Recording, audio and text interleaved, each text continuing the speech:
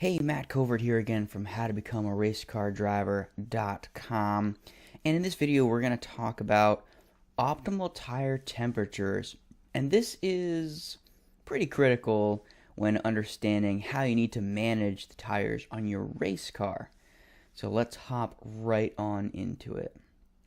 Okay, every tire has kind of a thermal sweet spot where when it's in a certain temperature range, it produces optimum grip, and that's what you're going for. Okay?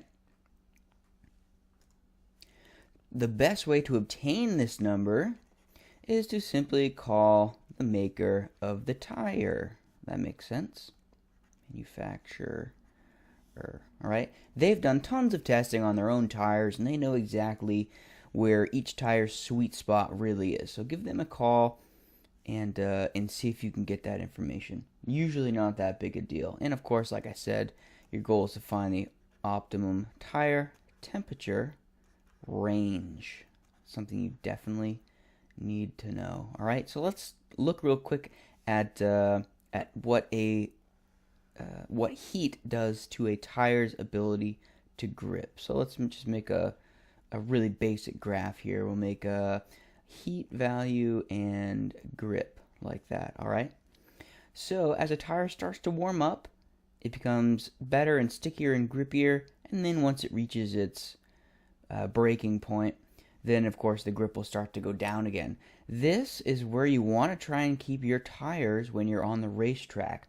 Okay, if you're not driving your car hard enough, then you're not warming up the tires. That's why you see race car drivers always kind of like swerving around when they're under a caution lap or something like that, is they're trying to get their tire temperatures to go up. They're trying to create more friction so that they can get closer to this sweet spot when the racing starts again. And that's really important because if you go past that, just like if you don't get up to it, then you're losing grip again. And once you get up here, once heat gets so much that you're losing grip, you're actually just deteriorating the tire, which is just kind of a huge waste.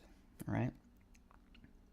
So let's look at a couple ways that a driver can control the tire temperatures on his race car. And the first one would be you want to have the right tire pressure in your vehicle. Just as an example, when your tire pressure is, we'll just say low, and there's a tire pressure video which explains what this looks like and why.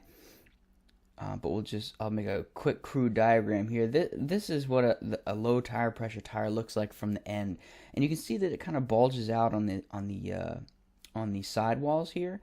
And as the tire rotates, this creates a ton of flexing in the tire carcass.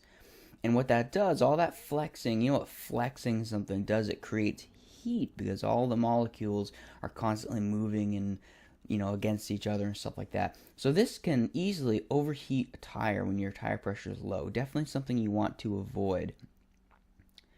Another thing that a driver can do that affects heat is driving aggressively. And what happens when you drive aggressively, obviously, is when let's say a driver is using a bigger yaw angle. We talked about that too. We'll put another link up here on the screen for that one as well. When a driver uses an aggressive yaw angle, he's really just, potentially burning up his tires because he's using large slip angles. Look at all this stuff that ties together. I love this stuff.